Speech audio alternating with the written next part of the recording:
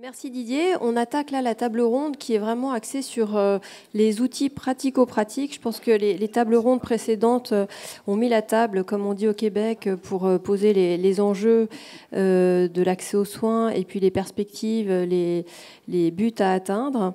On a également touché du doigt dans la table ronde précédente pas mal des sujets qu'on va ici creuser avec les intervenants de cette table ronde que je remercie. Donc je pense qu'on a un panel qui est assez complet pour aborder les aspects juridiques, notamment avec Monsieur Houdard, du cabinet d'avocats Houdard, avec également donc Jérémy Séché à ma gauche en tant que représentant des hôpitaux publics qui mettent en œuvre les outils, notamment des GHT. Donc là, on aura l'occasion d'approfondir. De la représentation de l'hospitalisation à domicile avec Elisabeth Hubert qui pourra bien sûr parler d'autre chose que de l'HAD, mais c'est un élément dans le dispositif de gradation des soins et d'organisation des parcours à l'échelle des territoires. Et enfin, de Christian Anastasie qui, à travers son expérience à l'ANAP et aujourd'hui donc à l'Inspection générale des affaires sociales, pourra nous éclairer sur tout ce qui est accompagnement des acteurs, évaluation et puis soutien méthodologique. Donc c'est parti pour cette table ronde qui vraiment doit se concentrer là sur les outils tels qu'on les a aujourd'hui. On a déjà pas mal de choses, pas mal d'outils à notre arc. Alors en préparant la table ronde, Laurent Houdard nous disait « Donne-moi un levier et je soulève le monde ». Alors est-ce qu'aujourd'hui on a déjà ces leviers dans notre arsenal juridique? Qu'est-ce qui serait le plus pertinent dans tout ce qu'on a selon vous pour nous aider d'ores et déjà à progresser dans l'organisation des parcours, la gradation des soins dans un but d'amélioration de l'accès aux soins? Merci Pauline, merci à tous. Je réserverai quelques propos sur l'article 51 dans quelques instants, puisque je vois que depuis ce matin, c'est l'un de nos fils rouges et qu'il y a peut-être plusieurs choses à dire. Non, moi, puisque vous ouvrez la table, je m'en tiendrai à une entrée, un plat de résistance et un dessert. Mon entrée, ça sera ce que disait personne tout à l'heure dans la salle sur le projet territorial de santé mentale, qui figure dans la loi du 26 janvier 2016 et qui est extrêmement intéressant. Pourquoi? Parce que ce projet territorial de santé mentale associe absolument l'ensemble des acteurs. Pas uniquement les acteurs de soins, pas uniquement les privés, les publics, mais également les collectivités territoriales, la justice, l'éducation, etc. Et les premières expériences qui ont eu lieu, et je pense notamment aux Pyrénées-Orientales, à l'initiative de l'hôpital de Thuir, sont extrêmement, mais extrêmement intéressantes. On s'aperçoit qu'il n'y a pas besoin d'avoir de grandes structures, on s'aperçoit qu'il n'y a pas besoin d'avoir d'organisations très innovantes, c'est déjà de mettre les personnes ensemble, de commencer à travailler et de voir comment il peut y avoir, tous ensemble, en particulier avec les collectivités territoriales, eh bien, une aide sur ces problèmes tout à fait particuliers que sont ceux de la prise en charge de la santé mentale. Ça, c'est vraiment mon entrée. Ensuite, en plat de résistance, eh bien, je m'arrêterai sur le successeur du service territorial de santé dont on a parlé il y a un instant, c'est-à-dire la communauté professionnelle de territoire de santé. C'est un instrument qui est pas du tout ni compris ni utilisé, et pourtant, il permet à la fois d'associer, de coordonner le premier recours, le second recours, le médico-social. Et pourquoi? C'est pas uniquement sur la coordination, on pourrait se dire que c'est la suite des réseaux de santé, mais c'est véritablement pour mener une activité professionnelle, que ce soit sur la prise en charge des maladies chroniques, la prévention, l'éducation thérapeutique, et à partir de là, on a un certain nombre d'outils, y compris en termes de rémunération. On a aujourd'hui ces outils juridiques que sont les groupements de coopération sanitaire pour percevoir éventuellement des financements. Donc moi, mon propos il est très simple. Nous avons la possibilité sur les territoires de créer ce maillage, maisons de santé, derrière des communautés professionnelles de territoire qui permettent de coordonner l'ensemble et de s'engager avec les établissements de santé, avec les établissements médico-sociaux et d'autres acteurs dans des orientations et dans des politiques territoriales. Et puis, moi, je vais garder en dessert le PIM, le fameux PIM, le plateau d'imagerie médicale mutualisée. Alors, pourquoi je le garde en dessert? Parce que depuis ce matin, j'entends quand même certaines choses sur l'idée d'un statut unique, l'idée de réunir les uns et les autres, notamment au niveau territorial. Et vous avez dans la loi du 26 janvier une disposition que l'on connaît mal, qui permet la création de plateaux d'imagerie médicale mutualisés, aussi bien à visée diagnostique que interventionnelle. Et à partir de là, vous avez la possibilité de quoi? Mais pas uniquement de mutualiser une autorisation d'équipement matériel lourd. Vous avez la possibilité de créer une plateforme radiologique en associant les publics et les privés. Mais immédiatement, vous me direz, mais comment fait-on pour la rémunération? Eh bien, la loi l'a prévu. Il y a la possibilité d'envisager des dérogations statutaires. Donc immédiatement, on pense au statut des PH, mais également des dérogations conventionnelles. Et bien évidemment, on pense aux praticiens libéraux. Donc, rien ne m'interdit de mettre en place des plateaux avec la possibilité d'une rémunération, pourquoi pas forfaitaire, et puis de prévoir une part variable liée à l'activité. Et cette fois-ci, je ne vais pas m'interroger de savoir si c'est ma clientèle, si c'est mes patients externes, si c'est ma permanence des soins, si j'interviens sur des cas compliqués ou pas. Je fais un pot commun pour permettre à l'ensemble des praticiens de travailler ensemble sur le fonctionnement de l'imagerie médicale et à un niveau territorial. Voilà pourquoi je le garde en dessert, parce qu'on parle beaucoup de l'article 51, mais n'oublions pas qu'en radiologie, nous avons très certainement aujourd'hui un moyen à la fois d'une régulation, d'une organisation totalement novatrice.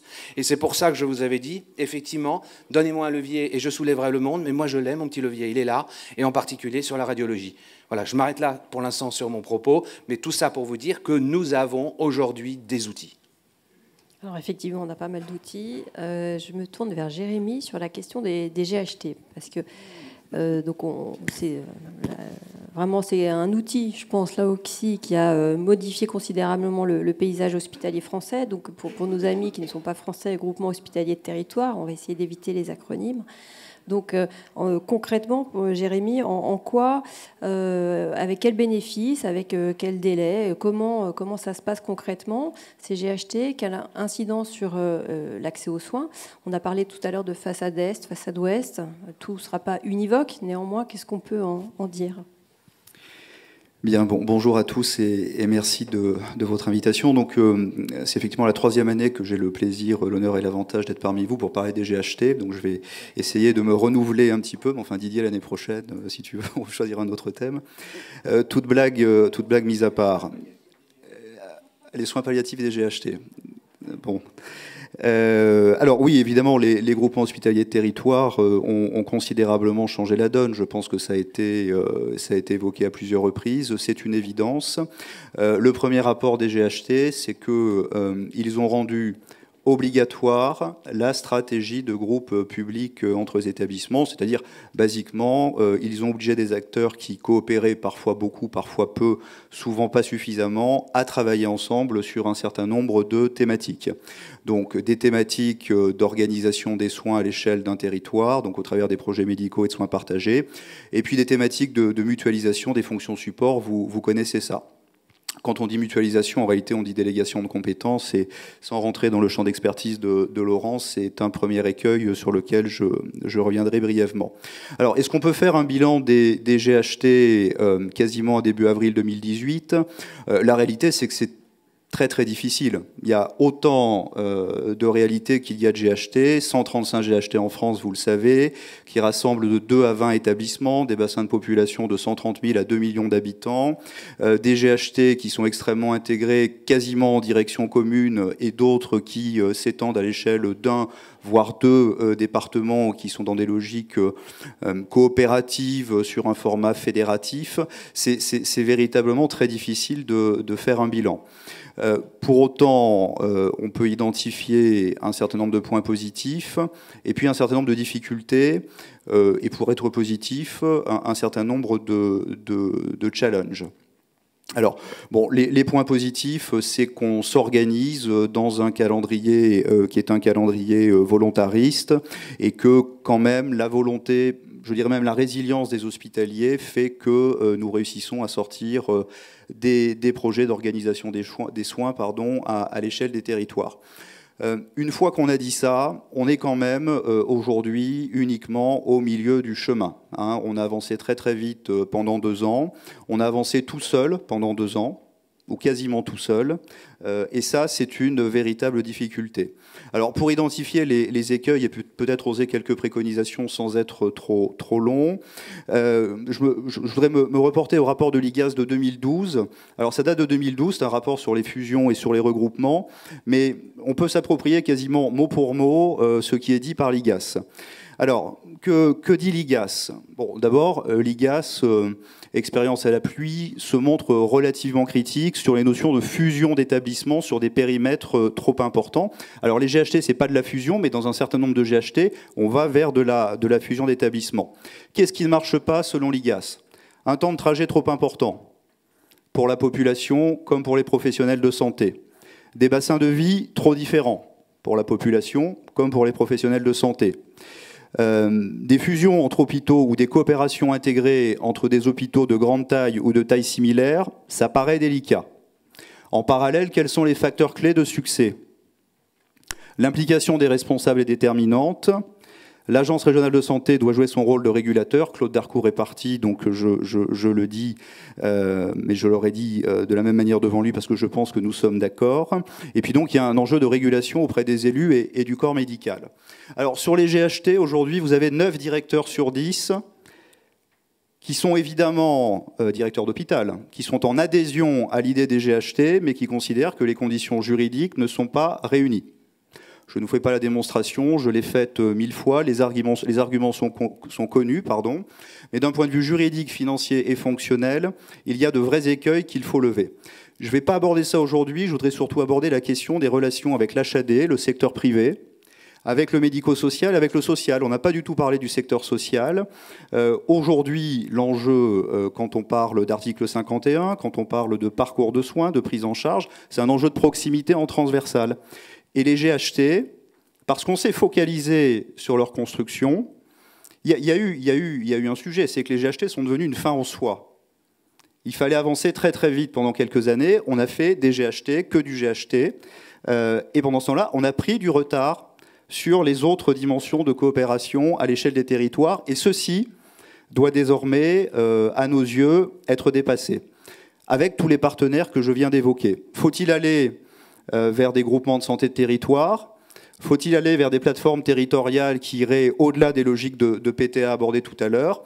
Je n'ai pas la prétention d'apporter la réponse aujourd'hui, mais c'est un sujet de débat, ce sont des questions qu'il faut se poser. Et le dernier point que je voudrais aborder sans être trop long, c'est que il faut se reposer la question du pourquoi. Pourquoi on fait des GHT? On fait surtout des GHT pour organiser les soins, dans une logique de gradation. Je pense que tout le monde est d'accord. Bon, mais on ne peut pas le faire contre hôpitaux publics. Je ne reviens pas sur le développement de Claude Darcourt tout à l'heure sur une région que nous connaissons très bien tous les deux. Et puis le sujet de la gradation des soins, c'est également le sujet des relations avec le recours, la recherche, l'innovation, donc avec les centres hospitaliers universitaires. Et vraisemblablement, la prochaine réforme du monde hospitalier, mais ça ira au-delà du monde hospitalier en termes de répercussions, ça va être la réforme des CHU. Hein, et l'une des questions à se poser, c'est est-ce que nous allons vers l'émergence de 5, 6, 7, 10 pôles hospitalo-universitaires adossés à des technopoles? Voilà, j'en reste là et je souris avec vous du petit dessin. Alors, je me tourne vers Elisabeth. Quel regard pose l'hospitalisation à domicile sur la gradation des soins et l'organisation des parcours et la continuité des soins à l'échelle de nos territoires? Alors écoutez, quitte à être un peu iconoclaste, et peut-être précisément parce que l'hospitalisation à domicile le permet, et étant chauve-souris finalement d'un côté oiseau et côté mammifère, on appartient aux deux mondes, celui de l'ambulatoire et celui de l'hospitalisation. Et justement, moi ce qui me gêne, c'est que finalement, et vous avez évoqué les outils il y a quelques instants, on est en train de continuer à empiler des outils les uns sur les autres. Alors bien évidemment, je n'aurais pas le mauvais goût dans cette instance où il y a quand même beaucoup de gens du monde de l'hôpital de parler des GHT, mais je vais donc parler des autres outils. Et je vais notamment évoquer une région que j'ai en tête, et qui plus est une région où il y a des gros problèmes de démographie médicale. C'est ça qui est paradoxal. Vous avez du PAERPA, vous avez bien sûr une Maya, vous avez un énorme réseau. Vous avez plateforme territoriale d'appui. On a des groupements de professionnels de santé qui, bien évidemment, ne sont pas obligatoirement toujours en symbiose avec les maisons de santé qui se sont installées sur ce territoire. Et il y a bien sûr GHT et HAD. Comment voulez-vous que les patients... Tout à l'heure, on a évoqué de façon tout à fait juste et intéressante l'information des patients, l'association des patients à leur organisation des soins, à leur parcours, à un libre arbitre qui est quelque part qui devrait être le leur. Mais comment voulez-vous qu'ils puissent s'exercer quand déjà nous, parce que je pense qu'on est tous responsables, nous devrions au moins contribuer à la lisibilité du système. Et je crois que là, de se dire que finalement, de mettre en avant les outils, on est aussi tous, et je me mets dans cette catégorie, bien conservateurs au total. Je pense que cette incapacité que nous avons à nous dire, mais finalement, pour les patients, dans ce qui est effectivement un cheminement à la fois de la vie, mais aussi d'une pathologie qui peut aller s'améliorant ou devenant plus importante, plus grave, s'aggravant. Comment peut-on faire pour rendre le meilleur service, le meilleur en termes de qualité, le meilleur en termes de sécurité, le meilleur en termes d'accessibilité, le terme aussi en termes de meilleure utilisation des deniers publics. Et je pense que dans ce contexte, quand je vois à l'heure actuelle, et là aussi, tout le monde est en train de se dire, l'article 51, ça y est, le Graal est arrivé. Alors je suis trop ancienne et trop vieille dans le monde de la santé pour ne pas dire que mon Dieu des Graals et des solutions miracles, j'en ai déjà connu tout un tas. Je veux bien faire preuve d'un peu moins de mauvais esprit que d'habitude et de dire que peut-être que là, ça va marcher. Si ça marche, c'est d'ailleurs parce qu'avant, d'autres dispositifs n'auront pas marché et qu'on aura appris. Donc très bien. Mais là-dedans, finalement... Que devons-nous avoir? On doit avoir un système ambulatoire qui s'organise. Et il est très clair que tout à l'heure, quand on a été évoqué les infirmières de pratique avancée et cette polémique assez atterrante, et moi qui étais médecin généraliste libéral, et Dieu sait si j'ai été, j'estime, conservatrice il y a 30 ans, en vieillissant, moi je deviens moins conservatrice, donc c'est déjà ça. Mais je me dis que c'est pas possible de continuer à avoir ce type de discours quand on a de tels besoins, quand on a effectivement dans la graduation l'évidence du rôle et de la possibilité pour d'autres professionnels que médecins d'avoir une place, et une place essentielle dans le cheminement pour faire en sorte au moins que le médecin soit là où sa valeur ajoutée doit l'amener à être, c'est-à-dire au niveau du diagnostic et au niveau du traitement. Pour en revenir sur cette graduation, précisément le monde de l'ambulatoire doit effectivement rompre avec cette idée et rompre. Je suis désolé de le dire, dans les deux cas, à l'hôpital et en ambulatoire, le nœud du problème sont beaucoup les médecins. Alors, je peux me permettre de le dire, j'en suis un. Je préconise pour tous ceux qui ne sont pas médecins de ne pas tenir ce discours. On ne peut être que médecin pour tenir ce discours. Autrement, vous faites écharper. Même en étant médecin, d'ailleurs, on peut quand même se faire écharper. Et donc, dans le domaine ambulatoire, il y a un énorme progrès à faire.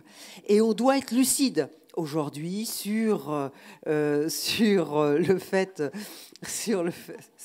C'est pas vrai, parce que, y compris sous les ponts, dans des conditions extrêmes, on prend en charge des patients, le mot domicile étant effectivement un peu revu, et je commente là la caricature. Et du côté de l'hôpital, de la même façon, il faut rompre avec des comportements. Quand vous évoquez l'hospitalisation à domicile, comment se fait-il qu'aujourd'hui, et ce n'est pas un effet générationnel, vous ayez des médecins, disons de mon âge, qui vont encore dire mais non, l'hôpital rend des services, et qui ont encore cette vision d'hospitalisation et d'hébergement complètement confondue. Ce qui m'amène à leur dire d'ailleurs qu'ils confondent hôtel et hôpital, et que c'est bien dommage. Mais de la même façon, des plus jeunes médecins qui, eux, ont peur de la responsabilité qu'ils prennent selon leur jugement, en laissant loin de leurs mains, loin de leurs yeux, des patients. Et donc je pense que nous avons effectivement à devoir renouer avec la confiance, redémontrer que la qualité et la sécurité, elle peut être aussi bien en ambulatoire qu'à l'hôpital. Et c'est vrai que je bassine tout le monde en parlant de l'hospitalisation à domicile, j'en ai conscience, mais vous avez vu que même la ministre, maintenant, elle a tellement peur qu'elle prononce HAD dans son discours. Donc ça marche. La terreur, ça marche. Et donc, la coercition, ça marche. Et donc, ce que je veux dire, c'est qu'autour de l'hospitalisation à domicile, on voit que l'on peut effectivement à domicile, en ambulatoire, avec des contraintes, c'est vrai, qui sont celles d'un établissement de santé. Et nous avons la certification, avec le droit des autorisations. Et c'est vrai qu'on ne peut pas s'installer n'importe où. Donc avec un outil de régulation, qui est celui de la loi, qui est celui qui est établi et qui aujourd'hui, dans notre activité, n'est pas contesté, on peut garantir qualité et sécurité. Et je pense que là, autour de ce thème de la qualité et de la sécurité et de la pertinence, qui est le premier chantier qui a été ouvert par la ministre, nous avons là les clés. Et je répète, nous n'avons pas besoin d'outils supplémentaires. Il faut simplement avoir le courage de dire qu'il y a des endroits, peut-être qu'à des endroits, on me dira qu'il n'y a plus besoin d'hospitalisation à domicile parce que des organisations professionnelles ont réussi dans quelques années à prendre le pas et à faire mieux, ou tout au moins aussi bien que ce que nous ne faisions. Dont acte. Mais ce qui est important et impératif, c'est que nous ayons tous cette idée de coordination, de qualité, de sécurité et un degré d'exigence adapté, mais qui, à mon sens, est un outil tout aussi, si ce n'est plus puissant, que celui du juridique, qui aujourd'hui, et ce n'est bien évidemment pas pour retirer du travail au cabinet Oudard, c'est pas du tout ça. Au contraire, il en aura que plus en utilisant les outils qui existent déjà en la matière. Alors, on a dit qu'on avait du sens. Le sens de l'action, c'est qualité, sécurité des soins, pertinence. On a les outils juridiques et autres. Alors finalement, comment accompagner les acteurs à bien se saisir de cet ensemble d'outils pour servir ce sens, Christian ? Oui, parce que derrière le nombre d'outils qui sont empilés, il y a aussi une question importante qui est celle de l'usage de ces outils. Et pour que les outils soient utilisés, encore faut-il qu'ils soient utilisés à bon escient sur la base de méthodes à peu près éprouvées. Et parmi les méthodes éprouvées, il y a celle que tu évoques de l'accompagnement des acteurs, qui est une démarche qui est souvent entreprise un peu partout. Alors, d'abord, est-ce que les acteurs ont envie d'utiliser les outils ? C'est une question qu'on doit se poser. Moi, si je me réfère au baromètre de l'adresse qui a été publié lors des journées de la FHF et de l'adresse en octobre 2017, et qui interrogeait à la fois les agents sur les attentes qu'ils avaient vis-à-vis des GHT et puis les directeurs d'hôpitaux, la réponse était que les agents, ils attendaient avant tout qu'on règle leurs problèmes de rémunération et d'écart de rémunération. Ils attendaient qu'on règle leurs problèmes de RTT. Ils attendaient qu'on règle les problèmes de récupération de jours de congé. Ils attendaient, je cite dans l'ordre du baromètre, vous pouvez vous y référer, et ils attendaient qu'on règle les problèmes de formation et les écarts de formation entre établissements. Alors là, ils attendent des agents. Et quand on interrogeait les directeurs lors de ce même colloque sur en quoi les IHT constituent-ils une dynamique, ils disaient c'est peut-être une dynamique, mais moi, ce qui me préoccupe d'abord en tant que directeur responsable des ressources humaines, je parle... Tu vois à quoi je fais allusion, Jérémy. Leur préoccupation, à 80% des directeurs, c'était le maintien ou la baisse de la masse salariale. Alors, c'est vrai que sur la vision générale du système, tout le monde est d'accord. Sur la conception hegelienne de la phénoménologie de l'esprit, je crois qu'il n'y a pas de débat. En revanche, sur le nombre de jours de RTT à récupérer au sein d'un GHT, là, les ennuis commencent. Et c'est pour ça qu'à un moment ou à un autre, il faut, pour que les outils soient opérants, bien expliquer aux acteurs à quoi ils peuvent servir et au service de quelle idée ils sont. Je prends un exemple simple, c'est quand vous mettez en relation le fait qu'il y a 6000 ruptures d'anévrisme opérées chaque année en France à peu près. On sait que pour bien opérer une rupture d'anévrisme, il faut des équipes de neurochirurgiens entraînées. C'est la HAS qui nous le recommande d'ailleurs. Et une équipe de neurochirurgiens entraînés, ça veut dire une équipe dans laquelle il y a une permanence 24 heures sur 24, 365 jours par an, avec des professionnels qui font au moins 2 actes par semaine, si possible. Ben, vous faites le calcul, vous arrivez à moins de 10 équipes au niveau national, réputables, de bon niveau pour prendre en charge ce type de traitement. Si vous mettez en perspective un certain nombre d'actes classants comme ça, si vous mettez en perspective un certain nombre d'objectifs, vous éclairez le système. Les acteurs, ils peuvent être accompagnés selon une méthode qui est simple, qui est qu'on les respecte et qu'on soit sûr qu'ils soient motivés. Il faut donc régler leurs problèmes statutaires avant de régler les problèmes stratosphériques qu'on vient d'évoquer. Il faut un tout petit peu de méthode pour qu'ils soient acteurs de la construction du chemin qui va les conduire aux objectifs assignés. Si on n'implique pas, je crois que Philippe Sudreau, dans la table ronde précédente, a beaucoup insisté sur l'implication des professionnels, et je partage son point de vue, Philippe, parce que si on n'embarque pas les professionnels dans les changements, eh bien, à ce moment-là, il n'y a pas de changement, ou il y a un changement à un niveau supra entre directeurs et présidents de CME qui ronronnent sur des objectifs extrêmement éthérés, mais derrière, les 2 millions de personnes qui travaillent dans le système, 1 200 000 dans l'hôpital public, mais en gros 2 millions dans toute la sphère santé sociale, ils restent sur le bord de la route. Et donc, il faut aboutir à la construction d'une feuille de route, d'un chemin pour atteindre les objectifs avec les professionnels. Et c'est qu'à cette condition-là, une vision, ces 2 conditions, une vision claire de là où on veut aller et une construction du chemin pour atteindre ces objectifs, qu'on arrive à mettre en œuvre le changement dans les organisations. Donc ça, on voit bien par là que quand on s'intéresse à 1 200 000 personnes, le comment, chère Gertrude, eh bien, il n'est pas si simple que ça à atteindre. Mobiliser des acteurs pour véritablement introduire le changement, c'est pas simple. Donc j'aurais tendance à partager le point de vue d'Elisabeth. Arrêtons d'empiler des outils ou ayons à notre disposition un panel d'outils très large, peu importe, ça dépend le choix qu'on fait. Moi, je suis pas hostile à l'idée qu'il y ait beaucoup d'outils, mais à ce moment-là, laissons aux acteurs le choix d'utiliser les bons outils en fonction d'objectifs clairement assignés à l'ensemble et avec une stratégie de gestion de projet qui soit dynamique et qui implique les professionnels. Quand je parle des professionnels, c'est de A jusqu'à Z. On est à l'ère de la révolution numérique. Tout le monde a accès en temps réel à toutes les informations.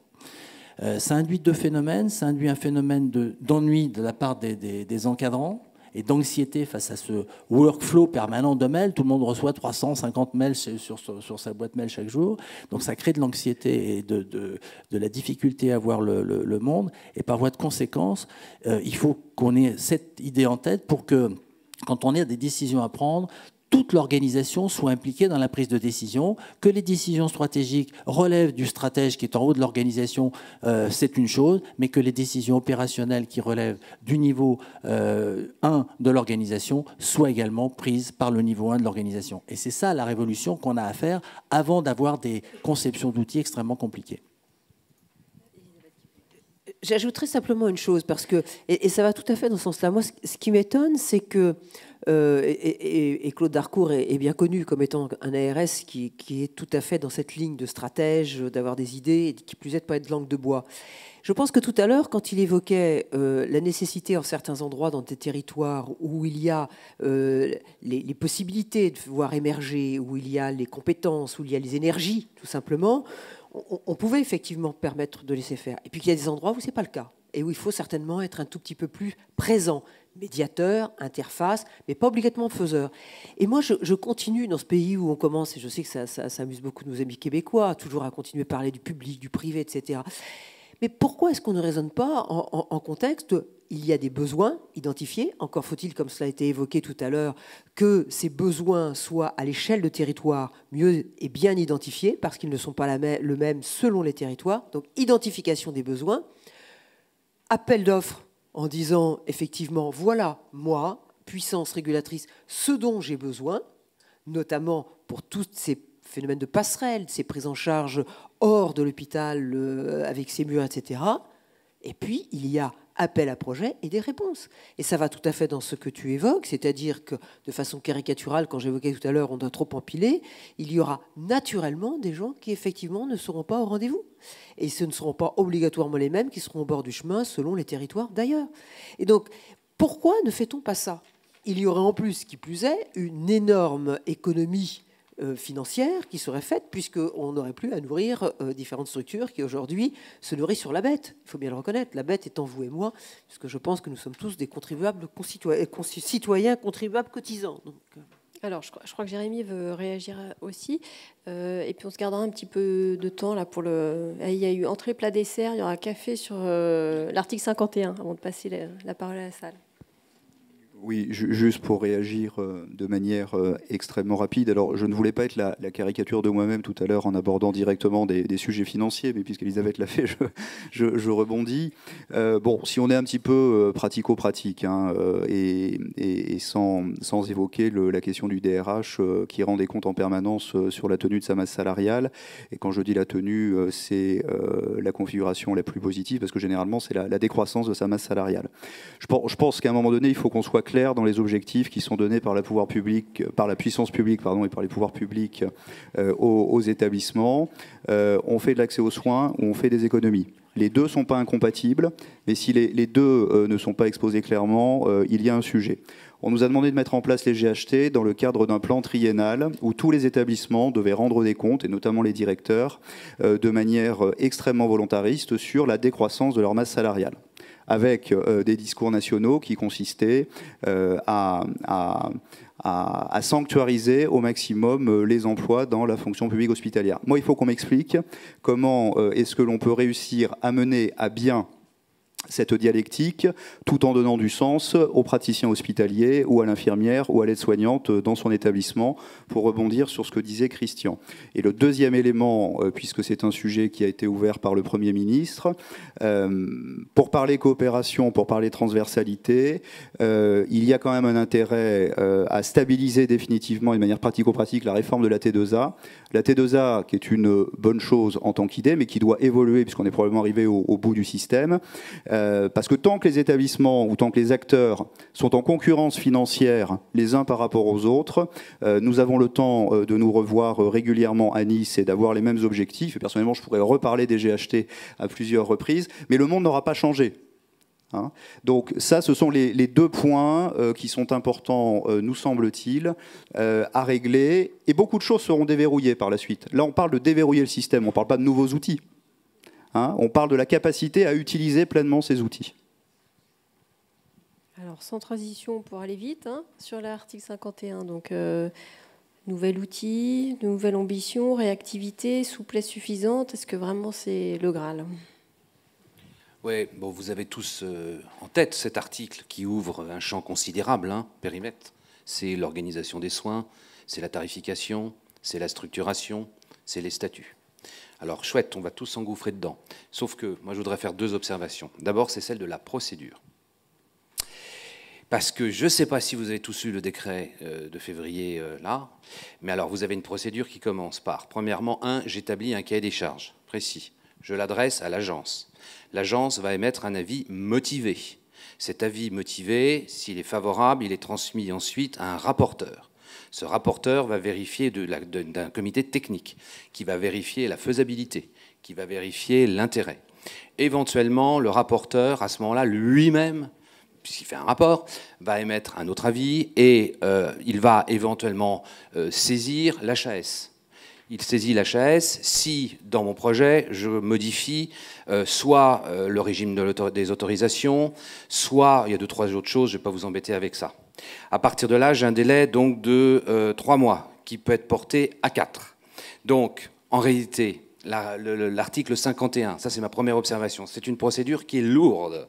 Soit alors ça devient une usine à gaz, soit alors il faut impérativement que les personnes qui soient en charge acceptent cette transmission rapide, acceptent cette réactivité, et c'est cela qui m'inquiète. Pourquoi ? Parce que déjà dans certaines agences, j'apprends qu'on ferme.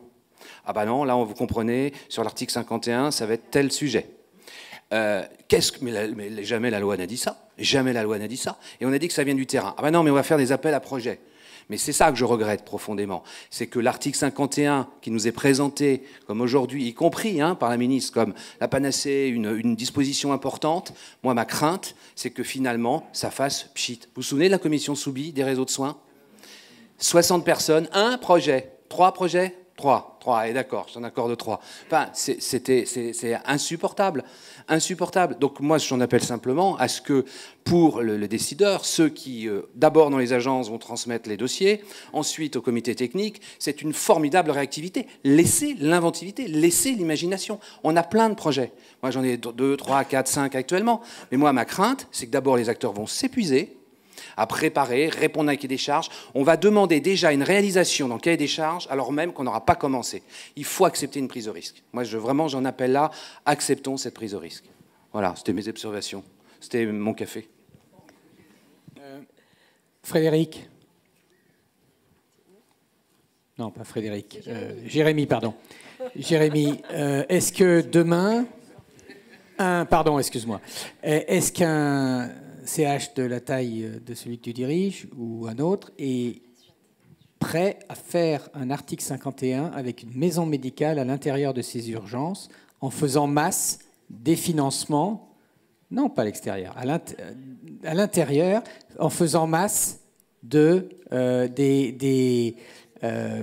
financements libéraux d'un côté, conventionnels, et T2A de l'autre?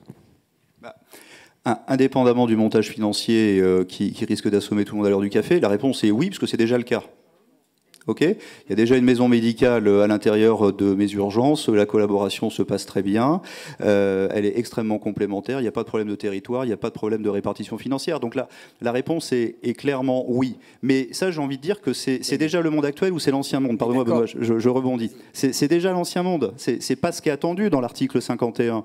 Ce qui est attendu dans l'article 51, c'est que, si j'ai bien compris, alors d'abord, l'idée est bonne, parce que je voudrais quand même en dire un mot. L'idée est bonne, pour en avoir beaucoup parlé avec Olivier Véran à l'époque, c'est que dans un système de santé qui est suradministré, on essaie de faire émerger des initiatives. Le problème, c'est comme l'a dit Laurent, on est en train de suradministrer le système d'expérimentation. Mais admettons qu'on arrive à nous entendre et que l'on simplifie les choses. Bon, bah, l'idée, c'est d'aller de la médecine de ville au SSR, en passant par l'établissement de santé, pourquoi pas le foyer d'accueil médicalisé, etc., et de se retrouver dans cette situation où l'on dépasse les logiques de mise en concurrence essentiellement financière, pour se dire, voilà, on essaie de tracer une trajectoire et on voit si ça peut fonctionner. La condition, selon nous en tout cas, selon moi, et quand je dis nous, c'est le SMPS, je ne parle pas de mots au pluriel, c'est qu'on soit sur un niveau de prise en charge et de proximité qui ait du sens. Et là, ça réinterroge les périmètres des groupements hospitaliers de territoire, les périmètres d'action des agences régionales de santé, les périmètres de représentation des professionnels libéraux, ça réinterroge beaucoup de choses. Mais ça réinterroge de manière positive. Donc je pense qu'il faut s'en saisir. Mais encore une fois, n'en faisons pas des usines à gaz.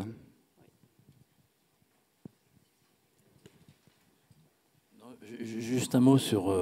moi, je partage le point de vue de Jérémy, c'est que c'est quand même une bonne chose, cet article. Donc, il faut quand même le prendre comme un élément positif. Alors, peut-être que la comitologie est peut-être un peu lourde, mais il y a quand même un élément qui doit retenir notre attention, c'est que on souligne dans cet article 51 la nécessité d'une capacité de reproductibilité des projets à large échelle.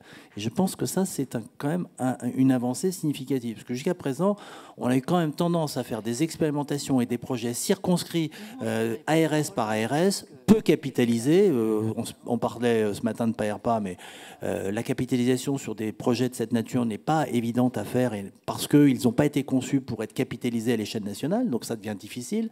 Là, on a une ouverture pour des projets qui sont reproductibles à grande échelle. Et je pense que ça, c'est un élément important, puisque au fond, ça rejoint une des préoccupations de l'Organisation mondiale de la santé, qui dit que quand il y a une innovation quelque part qui émerge, l'obligation morale de l'ensemble des responsables, c'est de la faire partager au plus grand nombre possible de citoyens. À partir de là, cette notion de reproductibilité est quand même un élément positif de l'article 51. Je crois qu'il ne faut pas jeter le bébé avec l'eau du bain. Alors, moi, ce qui me frappe, et je vais tout à fait dans le sens de ce qu'évoquait Laurent Houdard, parce qu'effectivement, mon exemple est souvent celui des réseaux Soubi. Le problème, qu'est-ce qui se passe à l'heure actuelle? Quand on rencontre tout un tas de personnes, peut-être plus dans le secteur libéral, c'est la difficulté qu'ils ont, non pas à avoir des idées. Les idées, ils les ont. Mais le problème, c'est le temps à faire en sorte que l'idée qu'ils ont, et qu'ils ont de façon assez claire dans leur tête, ils puissent la poser sur le papier tel que le cheminement que vient d'évoquer Laurent Houdard permet qu'elle puisse, à un moment ou à un autre, émerger et être financée.